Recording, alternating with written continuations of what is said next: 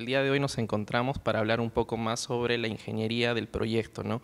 Y el proyecto está asumiendo el reto de posicionarse sobre algunos estribos que se han encontrado al costado del arco, ¿no? Producto de eso, también tanto la arquitectura y la ingeniería tiene que acoplarse, ¿no? Para que estas dos puedan convivir.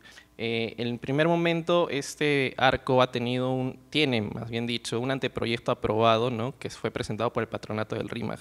Sobre este anteproyecto y en base a las exploraciones arqueológicas, nosotros hemos hecho un reajuste, ¿no? Con un poco más de información histórica, tanto también en el sentido del ornato, en el uso y también en la parte de la ingeniería. Sin más, a continuación. Como ya se ha mencionado, esta es una serie de exposiciones del arco, ¿no? En este caso nos vamos a concentrar bastante en el tema de la arquitectura en un inicio y la ingeniería más enfocado en esto, ¿no? Por ende, nosotros para poder hacer una mención directamente a la ingeniería tenemos que conocer los antecedentes.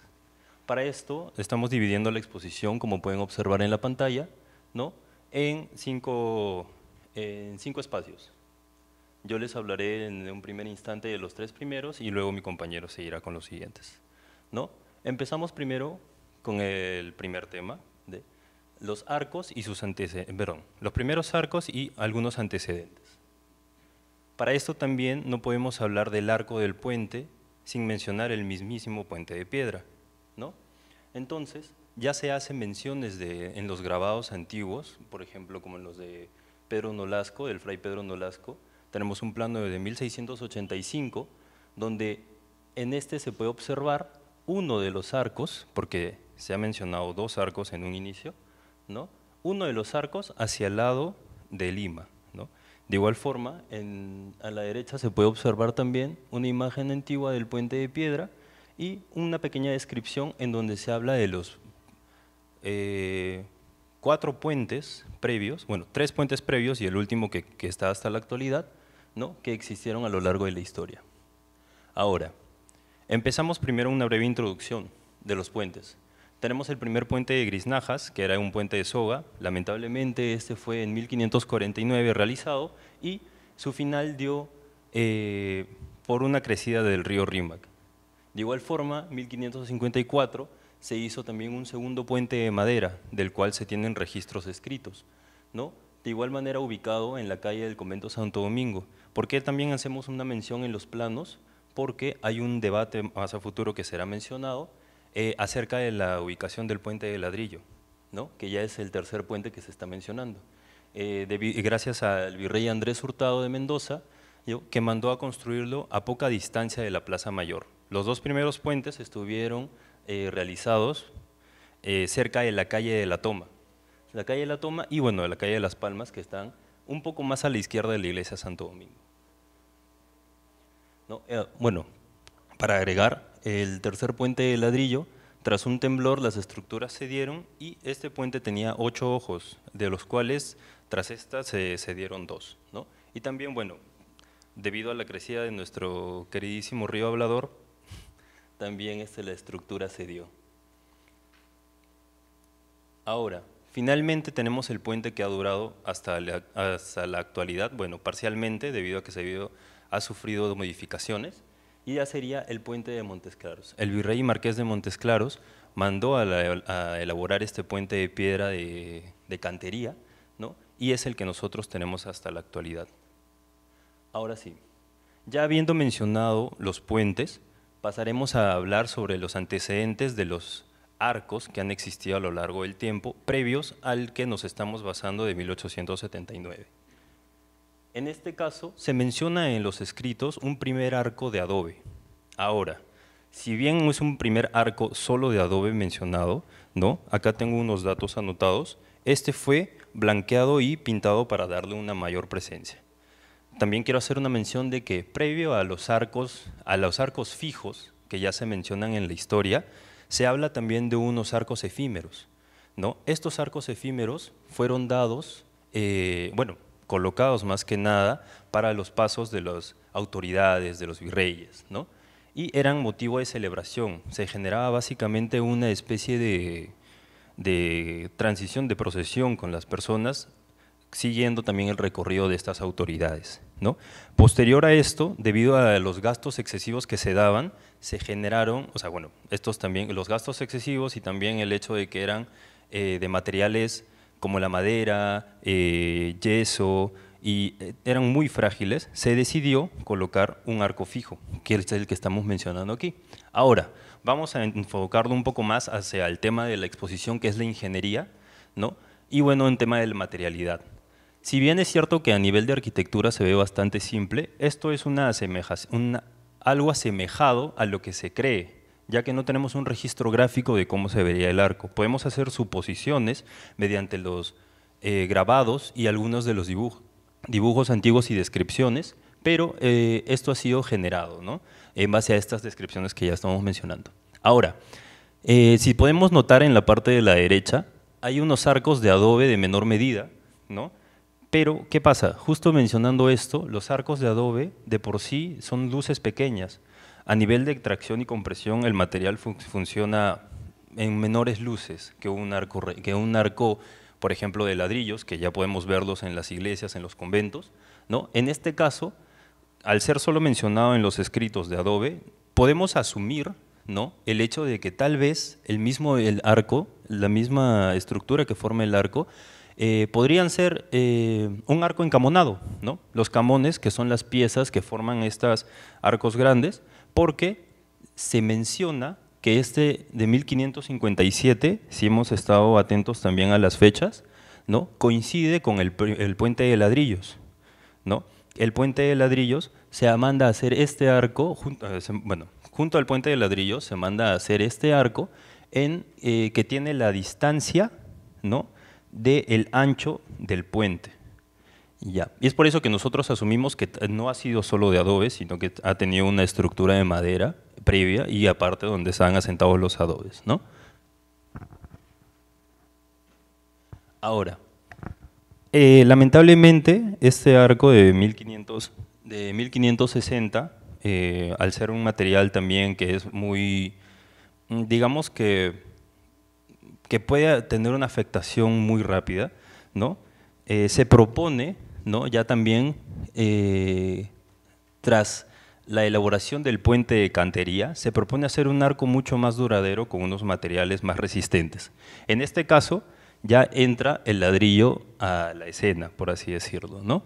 Entonces, ¿qué es lo que requiere la autoridad del momento? Que se genere un arco más… a ver, no queremos entrar también al tema de los estilos, no sé si sea correcto nombrarlo, pero en las descripciones se habla de un elemento dórico, ¿no? Elementos de orden dórico, ¿ya? Que si nos vamos ya a las descripciones, estos tienen arquitraves, frisos y cornisas, ¿no?, que se pueden observar un poco en esa zona, y aparte también se habla de una hornacina central de la imagen de Nuestra Señora de Belén, que es un símbolo mercedario, ¿no? Entonces, este arco simbolizaba también no solo la llegada de las autoridades, sino también se le daba un tono religioso. Ahora, la estructura en sí del arco, como se ve, es una estructura de ladrillos, y en la parte inferior se habla de ya un cimiento de piedra, ¿no? Finalmente, el revestimiento que se utiliza en es de cal y de yeso como acabados, para darle el color. Más que nada se utilizaban colores simples, como podemos ver tras los registros que han habido en todas las casas, en todas las áreas intervenidas por ProLima, ¿no? Podemos llegar a un estimado nada más de lo que es el color. En este caso, hemos decidido colocar las imágenes con el material expuesto, porque es hacia lo que queremos enfocar. Bueno, este arco también sufre algunos cambios, ¿no? Los terremotos, nosotros sabemos que Lima, Perú en sí en general, sufre tras estos desastres naturales y se vio afectado, lo que generó de que haya muchas refacciones. Acá se menciona hasta cuál es la duración del arco, ¿no? Este dura hasta 1611. Posterior a se elabora, se reemplaza los torreoncillos que tenía anteriormente, de acá, estos torreoncillos de acá son reemplazados, acompañaban a la capilla central, que también asumimos que es una estructura ligera, ¿no? Y es reemplazado por la escultura de fe ecuestre del rey Felipe V. ¿Cómo nosotros obtenemos esta información? Debido a un grabado de una placa de bronce que se puede observar acá en la parte inferior, ¿no? Aquí es donde también observamos pináculos laterales, ¿no? Tienen la forma de pirámides invertidas y bueno, se hace mención también a un escudo real, ¿no? Como se puede observar aquí. Entonces, son imágenes asemejadas, como les vuelvo a mencionar, que nosotros hemos interpretado para poder colocarlos en los elementos, ¿no? De igual forma, la estructura se mantiene, lo único que cambia es la parte superior. Seguimos con el mismo material de ladrillo. Esto es o sea, aquí por ejemplo sigue el mismo arco con el puente de ladrillos, ¿no? Esto queremos darlo a entender. Finalmente, ya se habla de un arco, del puente de piedra, y con surge la idea de volver a hacer también un puente que ya se había visto deteriorado y había sufrido muchas refacciones. En ya se observa lo que nosotros podemos más notar en los recientes fotografías que hemos encontrado, registros históricos, ¿no? Ahora, este es un arco que dura hasta 1879. Es el último arco del cual tenemos registros más claros y en el cual nos estamos basando para el proyecto, ¿no? Esta es una estructura también inferior de ladrillos, se mantiene el anterior, pero las bases ahora son de piedra labrada semejantes a las del puente. Esta es una piedra que también vamos a verla en unos momentos, ¿ya? Pero tiene algunos detalles característicos, ¿no? Ahora, si bien es que se mantiene la parte inferior de ladrillos, ¿no? Los muros, nosotros suponemos que también estos muros han sido de mayores dimensiones a los que actualmente nosotros podemos tener. Las alteraciones que sufre es que se le agrega un frontispicio con un remate central del reloj, ¿no? Esta también a los costados está acompañada de unas cabezas angélicas y a los laterales tiene dos torres campanario, que estructuralmente se asume también que son de quincha. Bueno, de estas tenemos un mayor registro, ¿no? Porque como observamos en la imagen, esta es la imagen que se data del incendio. En se observan los muros de ladrillo en la parte inferior y la estructura de madera que acompaña para formar el arco, ¿no? En la parte superior vemos la estructura de las torres campanario, ¿no? Que también se han visto afectadas por el incendio. Ahora, ¿a qué se debe esto? Es que tuvimos un incendio en 1879. Según los registros que datan del diario El Comercio, con la fecha 13 de abril, nuestro queridísimo arco, debido a… digamos que… A ver, hay dos historias, por así decirlo. Una historia, obviamente nosotros sabemos de que en 1879 ya eran épocas en las que estábamos en la Guerra del Pacífico, en donde se cuenta, ¿no?, que fue un chileno el que generó este incendio. Pero vemos un poco, también sabemos que el tema nacionalista afecta a veces a la historia, pero el diario Comercio nos data nos da una volcada a la realidad, ¿no? Nos habla de una panadería que estaba a los costados del arco y sabemos de que se estuvieron estableciendo cajones y tiendas en sus alrededores. Entonces es esta la que lamentablemente generó el incendio que provocó la destrucción de uno de nuestros elementos patrimoniales más resaltantes de la antigüedad. Ahora, si bien es cierto, tenemos el registro de acá de esta imagen, que fue generada de igual manera según las descripciones que hemos encontrado, se han sacado algunas ciertas escalas y proporciones, ¿no?, en base a referentes fotográficos históricos. Estas fueron dadas por el anteproyecto y nosotros decidimos seguirlas porque nos pareció muy correcto, ¿no? Cómo es que se obtuvieron las siluetas, cómo es que se obtuvieron las medidas en general, para poder nosotros plantear así la arquitectura y finalmente la estructura que nosotros queremos presentarles, ¿no? En este caso vamos a hablar rápidamente. Se ve la fachada del arco del puente en esta fotografía histórica y en la derecha vemos algunas proporciones que se han obtenido, ¿no? Esto también tomando en cuenta que para poder sacar la escala de los elementos se ha utilizado una persona en la parte inferior, se asume de 1,60 m, que es una medida tradicional, Y también se establecen ejes principales, líneas de proyección para poder obtener estos datos, ¿no? Proporción desde altura, la obtención de los ejes que ya hemos mencionado. Finalmente también se dibuja la silueta en esta parte, ¿ya? Y en base a eso se generan los primeros planos, ¿no? Ahora, es cierto que es cierto que también en el anteproyecto se mencionó como que una cuadrícula para poder observar las medidas del arco. Ahora también observamos que el eje y la luz de este arco, como se pueden observar, son mayores a los que podríamos creerlo, ¿no? Realmente. O sea, cuando pensamos en un arco sí lo vemos en una escala grande, pero podemos observar la escala monumental de todo esto. Es por eso la necesidad y la búsqueda de un sistema, un material que nos funcione y nos permita generar, o sea, que nos permita generar esta elaboración del proyecto.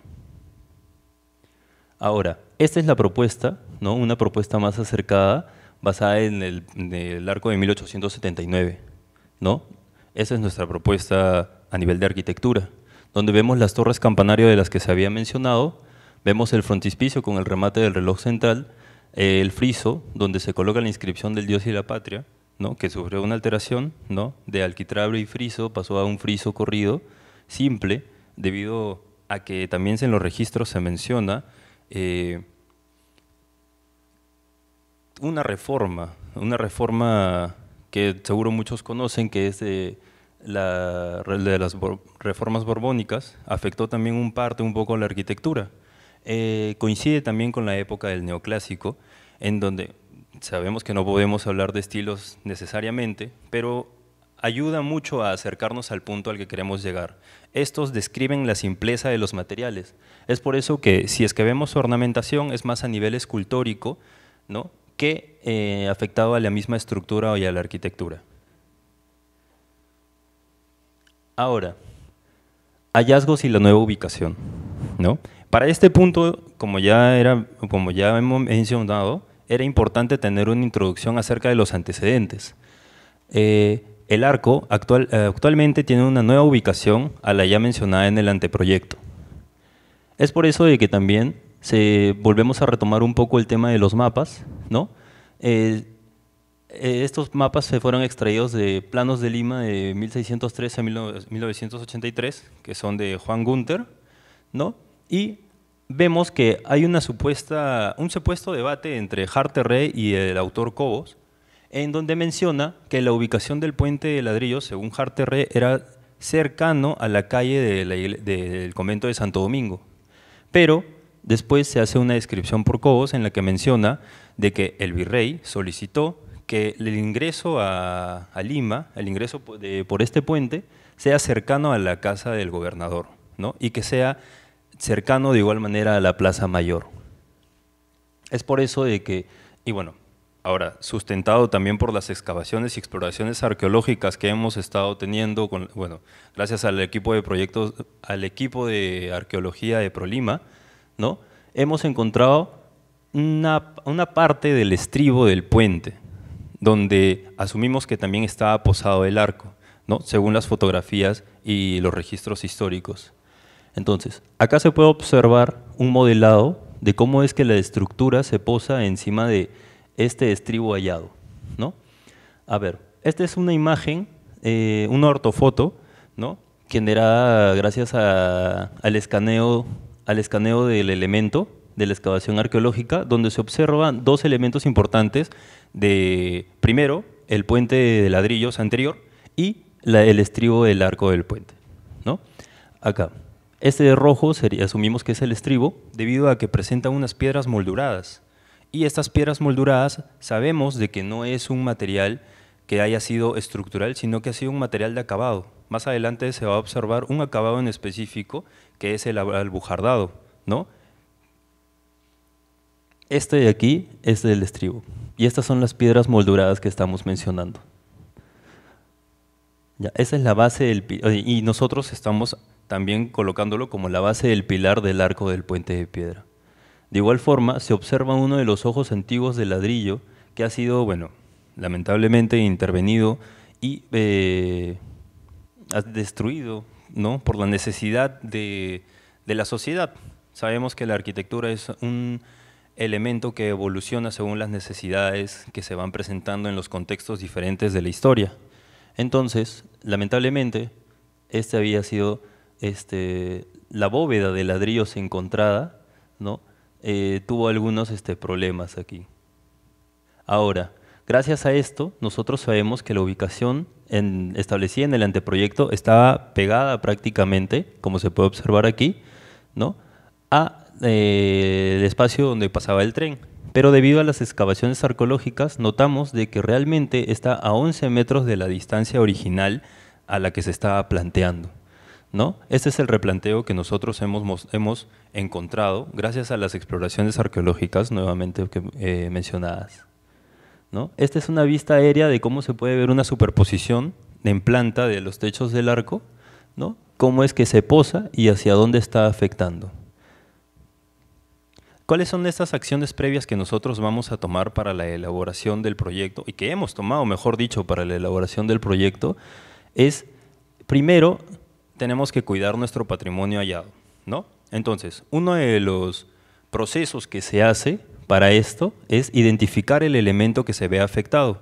Para el expediente y el arco del puente, como ya mencioné, tenemos la base del pilar con las piedras almohadilladas.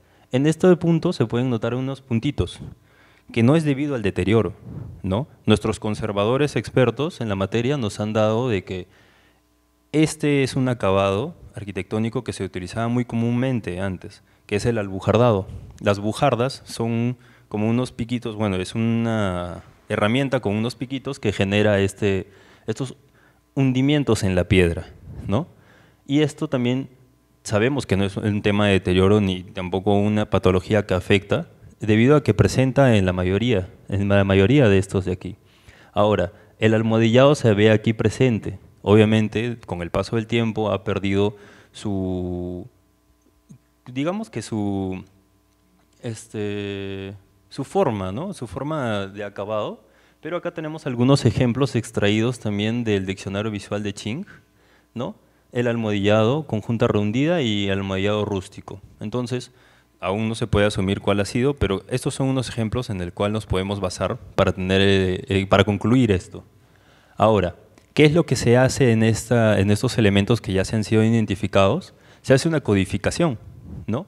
Por ejemplo, si acá tenemos parte del estribo, se puede observar cada una de las unidades de piedra que tienen este tipo de acabados, que han sido codificados para poder ser registrados, tomar sus medidas, hablar de sus características y en todo caso proponer un tratamiento. Para la conservación y la restauración siempre se sigue un proceso, que es primero la evaluación de su estado actual, después se prosigue con su diagnóstico y posteriormente se hace una propuesta. Es por eso de que previo a esto se genera, ¿no?, como podemos observar aquí, esta es la ortofoto y acá sería unos planos dibujados del elemento en donde ya se ha realizado la codificación, ¿no? Ahora, esta es una de las propuestas, bueno, este es uno de los pasos que se debe realizar y posterior a esto también, para poder nosotros elaborar, poder realmente para nosotros poder seguir con el proyecto y la elaboración de los cimientos y la estructura, se propone también un apuntalamiento y entibado, ¿no?, para poder cuidar estos elementos de piedra, en caso sufran algún daño de todas maneras. Tenemos acá, estos de aquí, se puede ver que es la propuesta del entibado. El entibado también es un tipo de apuntalamiento que funciona paralelamente a presión y esto sirve para mantener estables, esto naranja, ¿no?, serían esta parte del estribo que ya estamos mencionando, ¿ya? Y acá en esta zona está el apuntalamiento realizado de igual forma. Esto nos va a ayudar a que se mantenga en su sitio y se mantenga estable mientras se realice el proceso de la cimentación. Ahora continuamos con los estudios que se llegaron a hacer previo a la construcción del arco. Empezamos por los estudios de georradar.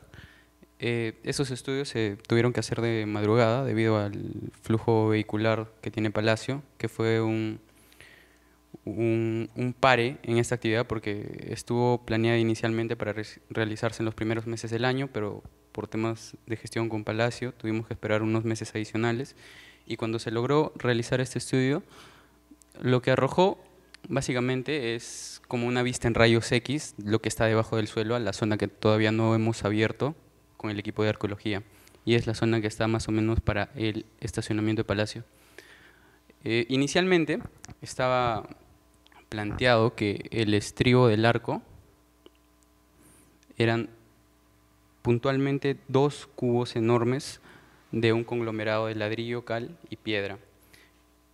Una vez realizado el estudio de georradar, se pudo descartar esa hipótesis y se llegó a la conclusión de que en realidad nosotros tenemos como estribo a un bloque macizo de 17.9 metros por 7.2 metros de ancho y una profundidad de 3.1 metro. Entonces, sobre ese estribo macizo es que nos vamos a proyectar, a apoyarnos toda la estructura que se va a levantar. Ahora, posteriormente hicimos un estudio de suelos.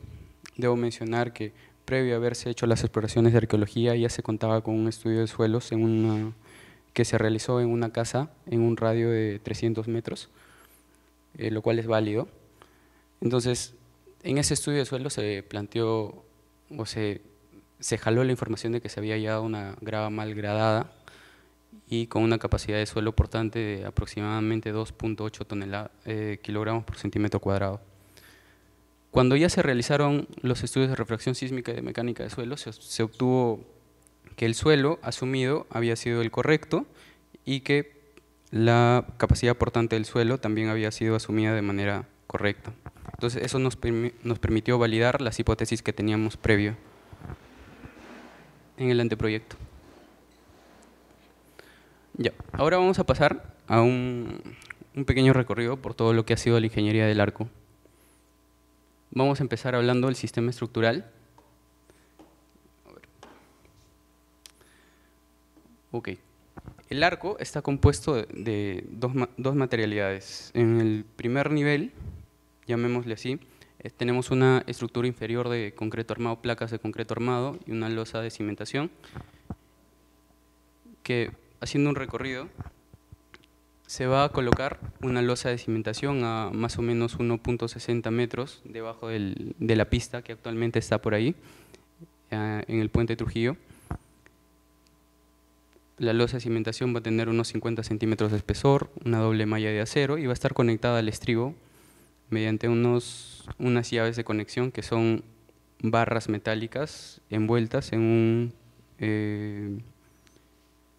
un conglomerado de cal que nos va a permitir que la transferencia de esfuerzos entre la cimentación del arco y el estribo trabaje de mejor manera.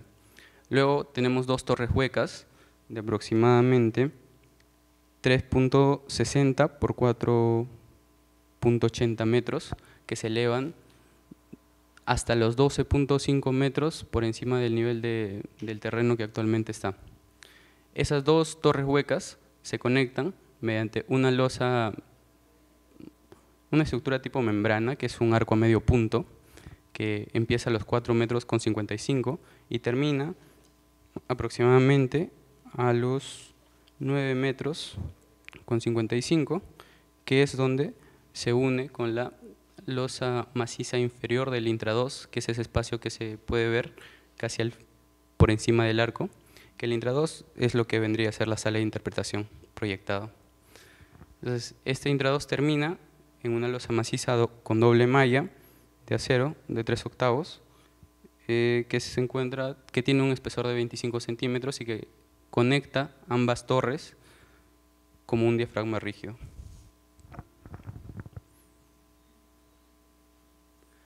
Por encima de esa estructura de concreto, nosotros tenemos 3 estructuras de arco, 3 cuerpos que son dos torres laterales y una torre de reloj al centro.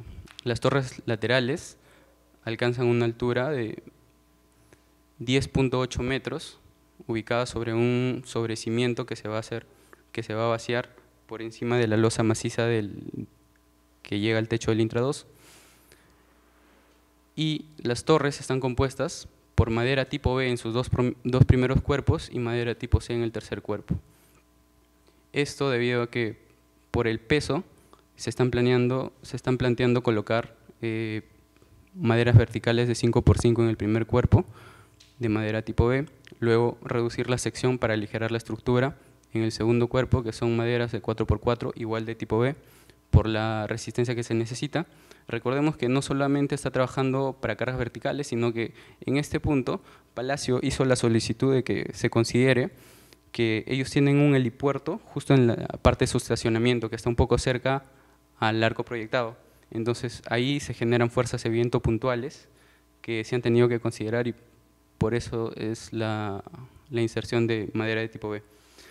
Entonces en la estructura final tenemos, en el remate de las torres, tenemos madera tipo C, con ya piezas más delgadas, que simplemente va a ser para sostener los remates. Luego tenemos un frontón, o una torre de reloj, que también está compuesta por muros de entramado de madera, pies derechos de madera tipo C, porque en este caso no se está alcanzando tanta altura como las torres laterales, y un techo con viguetas, entablado y torta de barro.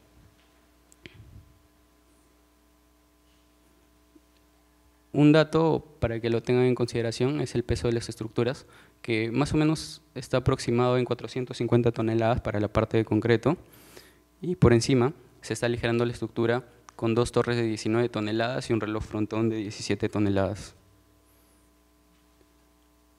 Los criterios que se han tenido en cuenta para armar el expediente de la parte de estructuras son la normativa peruana, la E010, de donde hemos podido sacar las propiedades de la madera, como módulos, esfuerzos de tensión, esfuerzos de compresión, módulos de elasticidad, etc., etc., y donde también se han podido sacar algunos criterios para el diseño de estos elementos.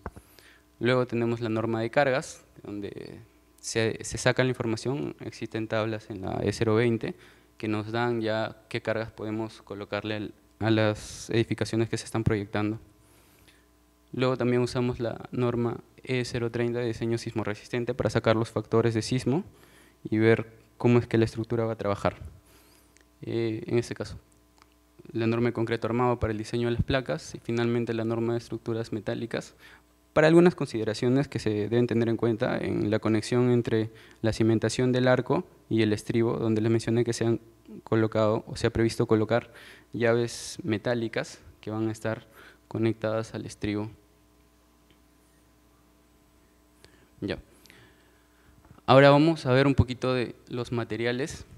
El estribo es un bloque macizo de un conglomerado de piedra de canto, cal y ladrillo. No se han realizado estudios sobre este bloque porque recién se ha terminado de realizar las exploraciones, pero hemos jalado información del Getty, que es una organización internacional que ha realizado diversos estudios en el país, por ejemplo en la Catedral de Ica, en el Templo de Cuñatambo y en el Hotel Comercio. De sus publicaciones hemos rescatado algunos valores que ellos establecen para materiales similares y hemos hecho un traspase de información para nuestro expediente. Propiedades como la densidad, 2.260 kilogramos por metro cúbico y otras propiedades que se pueden ver ahí. Luego tenemos las propiedades del concreto armado que ha salido de la E060, igualmente las propiedades de la madera que ha salido de la E010 y las propiedades del acero, ¿no? Ahora, hay un modelo de fisura basado en el estiramiento total que se ha tomado tanto para el estribo, que recordemos que es un elemento histórico y no se puede jalar simplemente la información de la norma de ladrillo, porque no corresponde. Entonces, consultando fuentes externas, internacionales, como por ejemplo la norma técnica de construcción italiana, se ha podido obtener estos dos modelos de fisuración. Primero para el ladrillo, que en el lado izquierdo se puede ver el modelo para tensión y del lado derecho para la comprensión. Que la tensión es el estiramiento y la compresión es cuando se coloca un peso por encima y se comprime, ¿no? Tenemos esos dos modelos simples para el conglomerado y para el concreto armado. ¿Se parecen? Sí, porque tienen propiedades similares. Recordemos que son elementos muy rígidos y poco flexibles.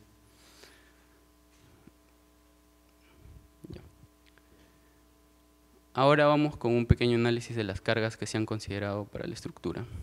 Esta estructura se ha separado en 3 bloques. Lo que viene a ser el arco de concreto en la parte inferior, seguido de las 2 torres de campanario y por último la torre de reloj. Se ha adjuntado un pequeño desglose de todas las cargas que se están considerando. Por ejemplo, en el caso del arco de concreto, se está considerando una carga de la cimentación, la carga de los arcos, del elevador, que por sí inicialmente estaba previsto colocar un elevador de los más comunes que se ven hoy en los edificios multifamiliares, pero posteriormente se planteó que no iba a estar ese elevador, sino iba a estar uno un poco más sencillo y menos pesado. Entonces, esa carga que se ha considerado ahí de 1500 kilogramos, en realidad está un poco inflada para el nuevo elevador que se va a colocar.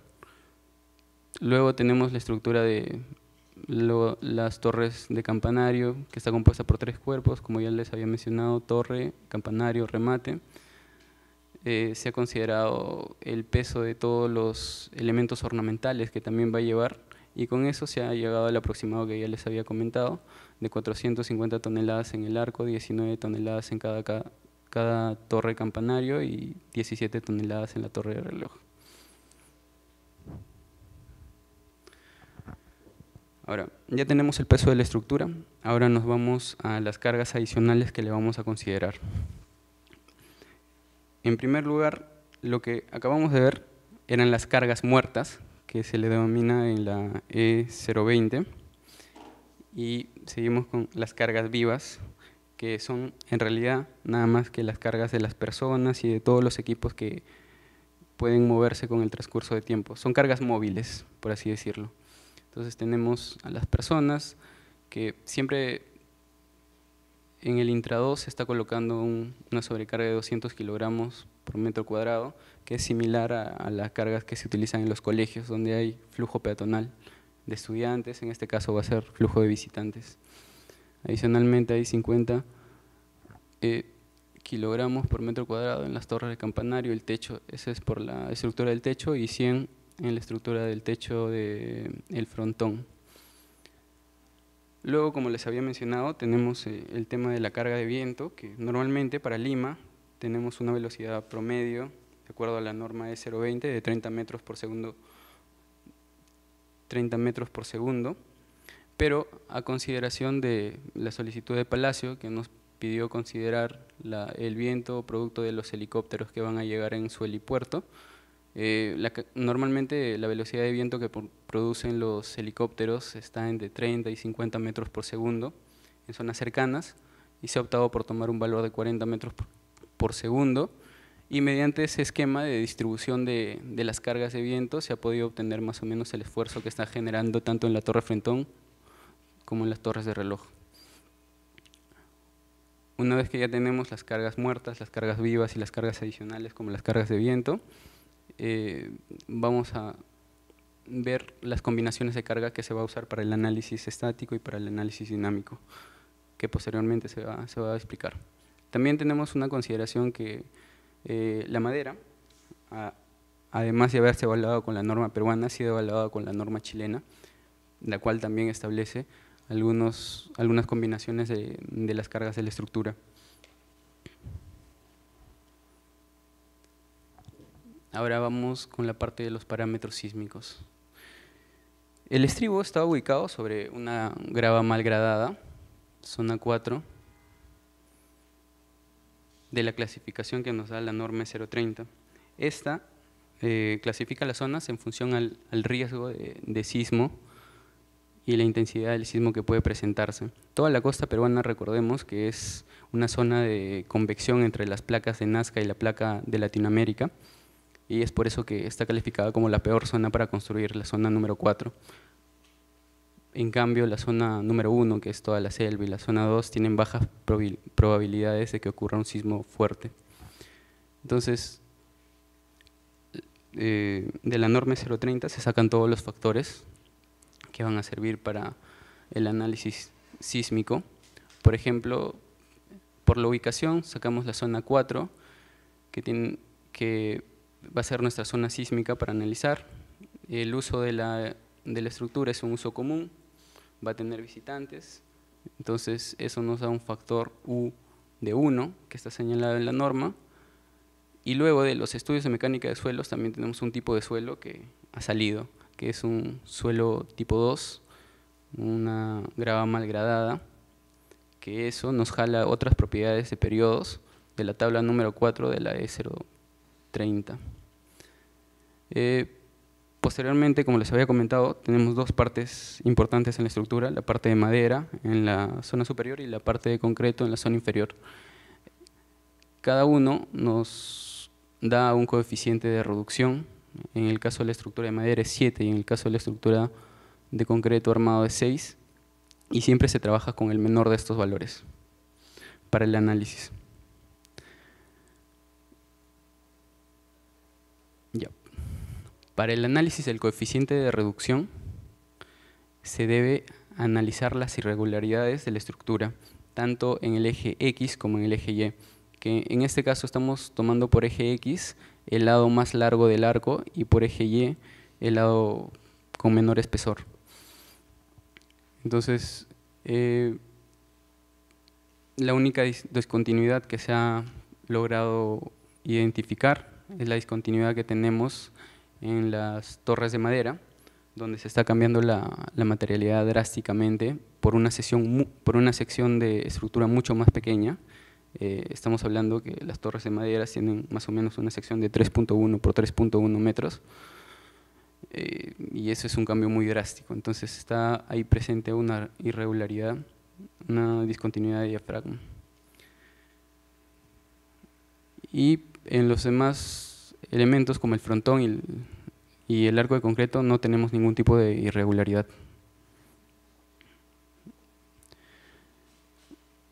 Okay. Ahora pasamos con el análisis de las cargas vivas. Las cargas vivas se distribuyen en función del área, y para las torres de campanario, con las consideraciones iniciales del peso en los techos, del espacio libre, se asigna, ¿no?, a cada estructura una carga viva, y todo eso está resumido en esa tabla, donde posteriormente les había mostrado unas combinaciones de carga que son las que se usan para el análisis estático. Entonces, ahí tenemos un pequeño resumen de los cálculos, y del lado derecho tenemos un pequeño resumen del análisis estático, que el análisis estático se analiza en las dos direcciones, tanto en la dirección grande como en la dirección pequeña, dígase las direcciones X y Y para cada dirección existen los parámetros que ya les había comentado: el parámetro de zona, el parámetro de uso, el parámetro de amplificación de sismo es el parámetro C, el tipo de suelo, y todo eso se combina con un poco de geometría y nos llega a arrojar unas fuerzas cortantes en la base de cada estructura. Ahora, ¿qué pasa? Que para este análisis se ha tomado por separado, ya que es un cambio brusco de materialidad. Se ha tomado primero el arco de concreto y luego la zona de madera, ¿no? Entonces se está analizando por separado.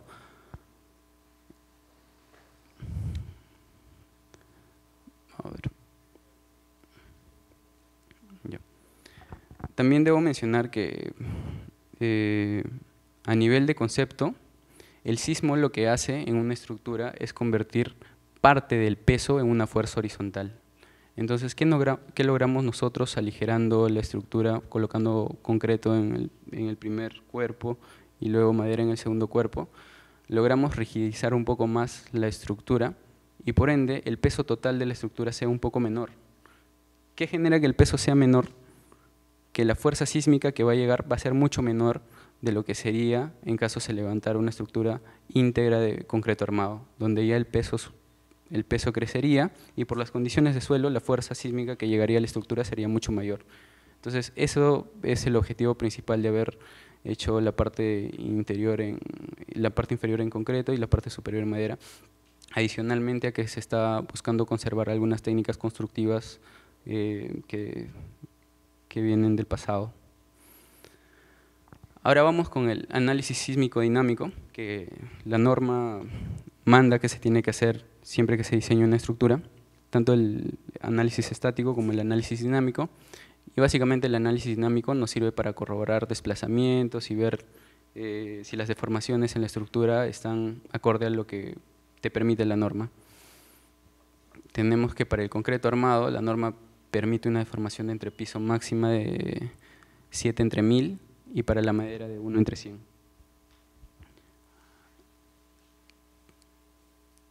Para este caso nosotros primero armamos un espectro dinámico, elástico, de las aceleraciones, y eso lo hacemos justamente con todos los factores que hemos sacado de la norma 030, todos los parámetros sísmicos, el parámetro de suelo, el parámetro de uso, los periodos, el parámetro de reducción, que como se puede ver ahí estamos colocando el parámetro de reducción del concreto, perdón, de la madera. Entonces, con eso se colocan inicialmente, si nos vamos a la tabla derecha, se va tanteando periodos incrementados de 0.1 en 0.1 segundos aproximadamente, y luego se va incrementando un poco más y se va sacando un espectro dinámico. Es la creación del gráfico, ¿no?, del espectro de aceleraciones. Es básicamente cómo va variando la aceleración en función al periodo que se le va asignando. Ya.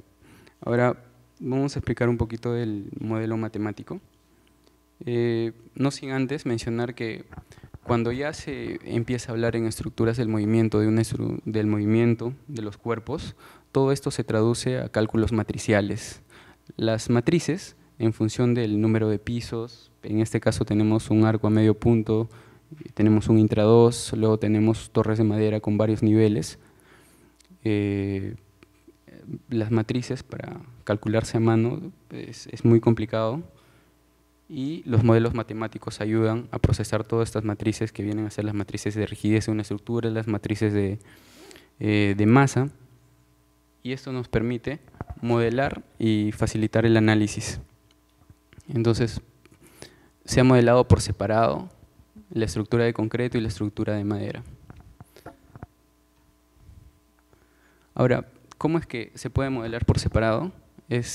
A la estructura de concreto se le ha asignado toda la carga, tanto de la estructura de concreto como de la estructura de madera, y al momento de convertir eso en carga sísmica, que está llegando a la base de la estructura de concreto, esta carga se reparte a lo largo de la altura de la estructura de concreto, y justo donde termina, existen fuerzas cortantes, que son las fuerzas cortantes que se le pone a la estructura de madera cuando se modela. De esa forma está habiendo una continuidad, ¿no?, en cómo se transmiten las cargas sísmicas. Ahora vamos con los modos de vibración. Los modos de vibración son las formas de movimiento que tiene la estructura en función a los periodos. Nosotros, para definir el movimiento, primero definimos un eje neutro, que puede ser un eje central de la estructura, y al primer modo de vibración asumimos que toda la estructura se va para un lado del eje. Es decir, si definimos, por ejemplo, el centro de la pantalla, definimos un eje vertical, nuestro primer modo de vibración va a ser que toda la pantalla se vaya para el lado derecho del eje. Entonces, ese es un primer modo de vibración, y en un segundo modo de vibración ya hay por lo menos un punto de la estructura que no se ha movido para nada. Eso quiere decir que parte de la tele se va para la derecha, pero la parte superior como que quiere regresar para el lado de la izquierda, y hay un punto en el que no ha habido movimiento. Entonces la estructura, en lugar de irse para un lado, ahora se va para un lado y tiene un pequeño quiebre. Ese es el segundo modo de vibración. Y así, conforme van incrementando los modos de vibración, el movimiento se va haciendo un poco más complicado.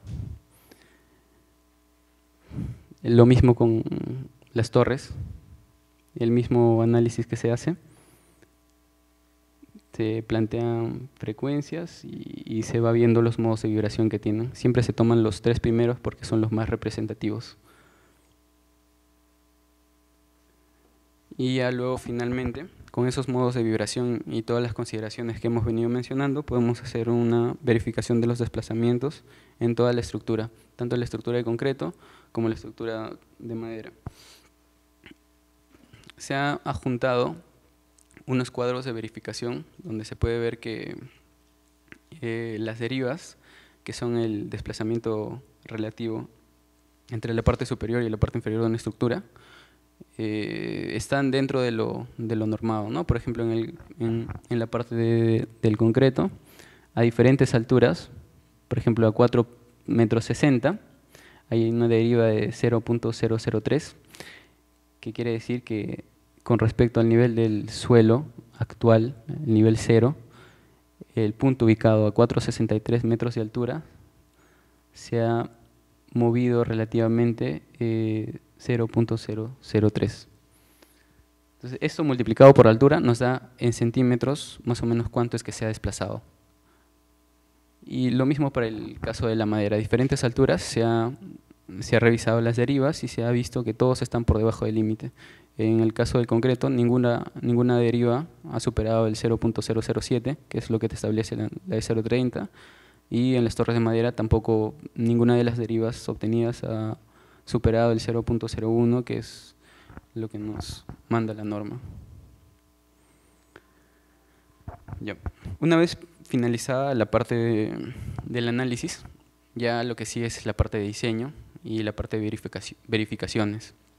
En este caso vamos a empezar por la verificación del estribo, que es el resto arqueológico. Como ya les había comentado en un inicio, se ha optado por este modelo de fisuración, que en síntesis tiene una parte elástica hasta que llegue a un esfuerzo máximo, y esta parte elástica es como un rango en el que una estructura puede ser sometida a esfuerzos, y antes de que la superen, si se retira el esfuerzo, la estructura vuelve a su posición inicial. Por eso se le llama elástico, porque puede retornar.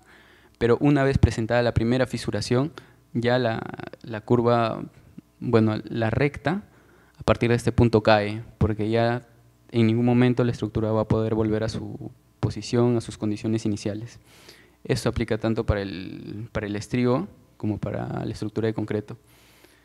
Entonces, en este modelo de respuesta, con todas las propiedades que ya hemos planteado para el estribo, tenemos que cuando hacemos la verificación de deformaciones, nosotros corremos el modelo, puntualmente que se ha dimensionado esto en el modelo matemático.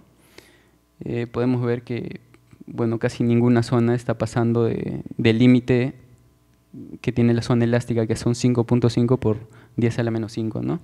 Acá en el modelo está justamente 5.5 por 10 a la menos 5.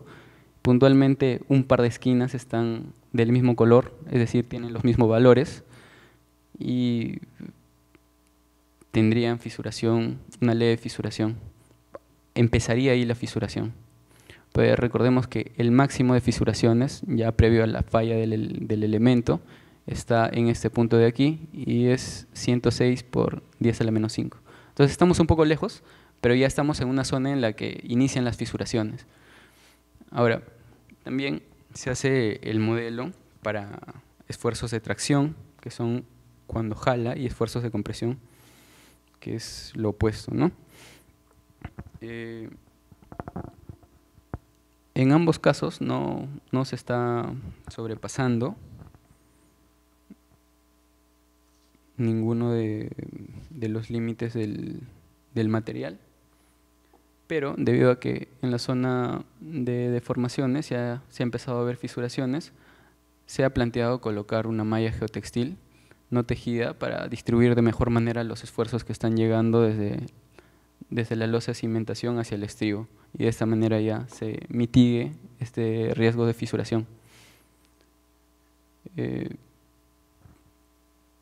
esta zona podemos ver más o menos cómo es que está la losa de cimentación en planta. estos rectángulos vienen a ser la losa de cimentación. La forma interior, esas son las torres huecas. Y toda la línea de marrón son los estribos. Se ha procurado, para el planteamiento, alejarnos 50 centímetros por lo menos de cada esquina del estribo. Esto con el fin de no tocar, no intervenir en la medida de lo posible los elementos arquitectónicos que yacen en los bordes.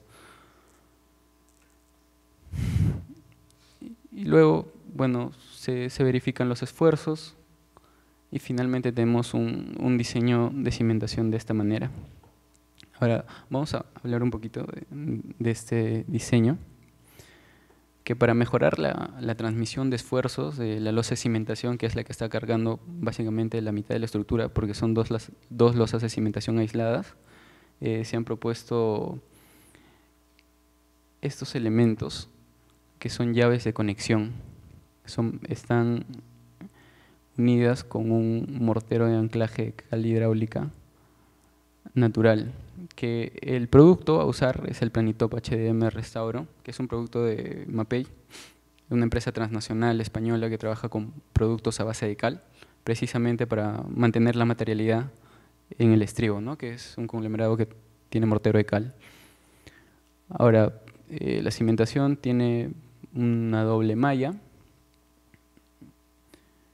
y debajo de la cimentación tenemos una geomembrana que les había dicho que se había planteado.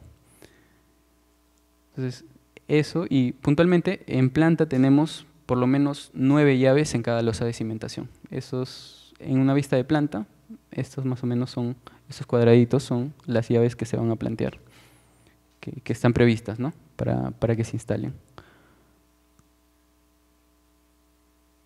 Luego pasamos al diseño del arco de concreto. El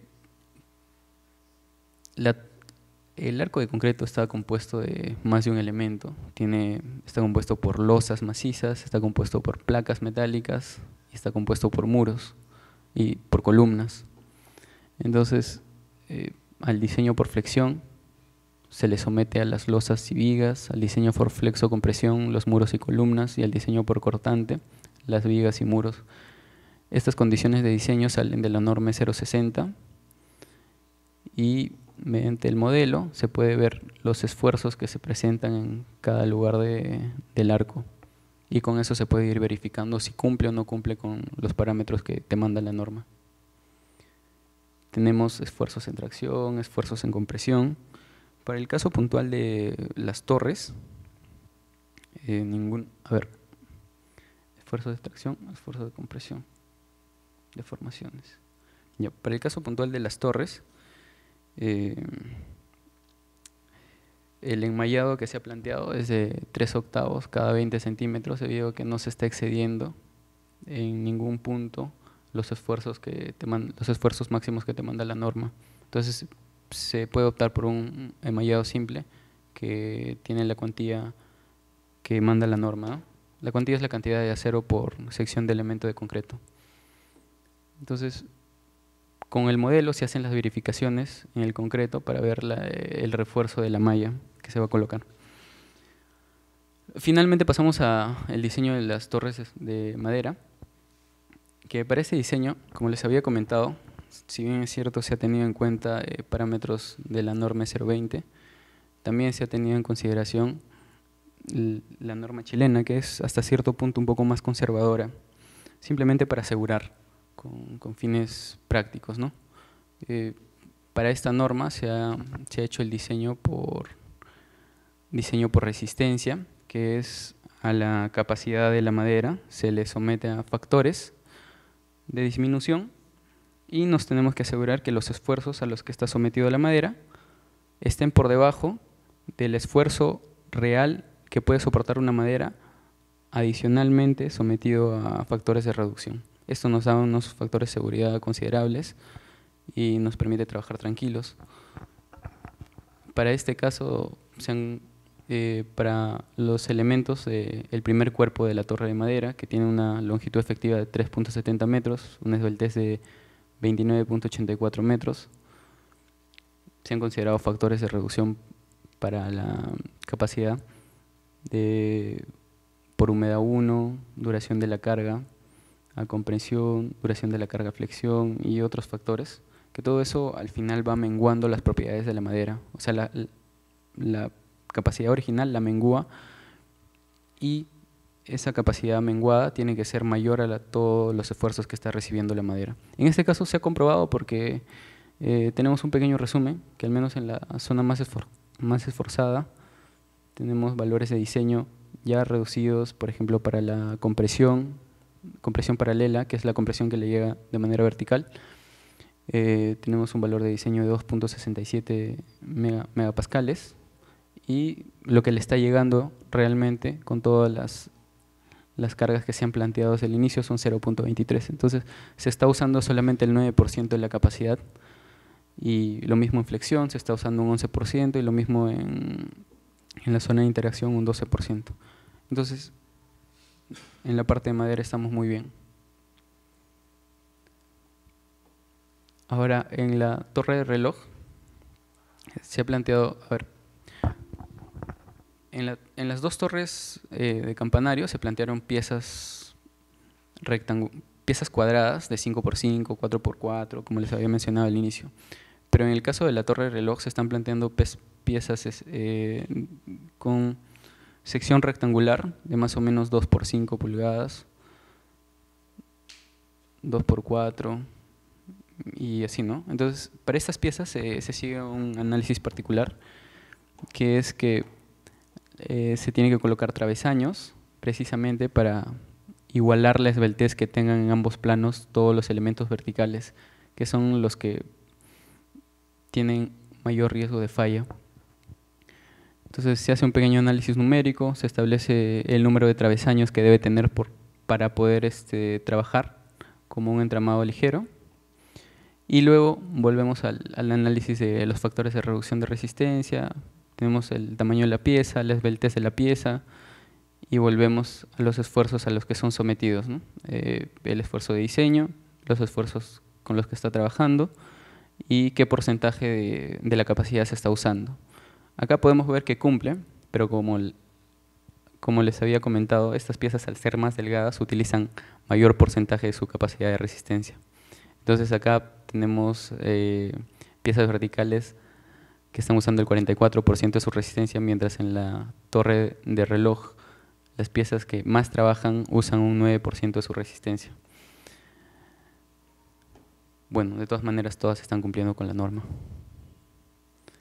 Finalmente, se hace una verificación de los elementos horizontales en la cobertura de la torre de reloj, que se ha planteado inicialmente como billetería separada, y esta es una plantilla de cálculo precisamente de la norma chilena, que acá se está considerando el pino radiata, que acá en Perú es una madera tipo C, y todas las propiedades, ¿no? Las propiedades, reducciones, se pueden ver los esfuerzos admisibles, factores de modificación, las tensiones con las que está trabajando, y al final podemos ver una verificación de diseño. Ahora, hay un pequeño detalle aquí que sí debo mencionar. En la verificación de diseño se ve que estas vigas, que son de 2 por 6 pulgadas, perdón, 2 por 6 pulgadas, hay en el apartado de deformación se puede ver que se está excediendo la capacidad de deformación. Eso de aquí estaría incorrecto, pero recordemos que nosotros para calcular la capacidad de resistencia de estos elementos estamos aplicando muchos factores de reducción y estamos menguando su capacidad, ¿no? Entonces, para un rango de más 3, más 5% de incumplimiento, todavía estamos bien porque la reducción que se realiza en este tipo de elementos es más significativa. Entonces, estamos dentro de lo trabajable. Finalmente, vamos a cerrar con ya la parte de construcción, que como se había mencionado antes, en los trabajos preliminares se realizan los entibados, debido a que este trabajo se va a realizar con un armado de 2 torres de andamios multidireccionales, Y en la zona que se ha hecho la exploración, hay una exploración, una bóveda, hay una zona hueca. Se va a utilizar un puente de alta resistencia y luego sobre eso se va a armar todas las 2 torres de andamios y se va a ir progresivamente trabajando con unos encofrados metálicos. Entonces, el proceso va a iniciar por la cimentación. Para la cimentación se tiene que picar porque la cimentación está a 1,60 del nivel de piso terminado. Entonces, para mejorar el agarre justamente de la cimentación de las torres huecas de concreto con el estribo, nosotros estamos picando hasta encontrar una parte del estribo que sea más rígida y que pueda recibir de mejor manera las cargas verticales que van a llegar hasta ahí. Luego se va a hacer un vaciado cuerpo por cuerpo hasta llegar al arco. Y en general es un trabajo metódico que se termina la parte de concreto, luego se va iniciando la parte de madera y conforme a los avances del trabajo se van incorporando nuevos cuerpos de andamio hasta que lleguemos a la zona final y se hagan los remates de arquitectura. Y esa sería toda la parte de ingeniería.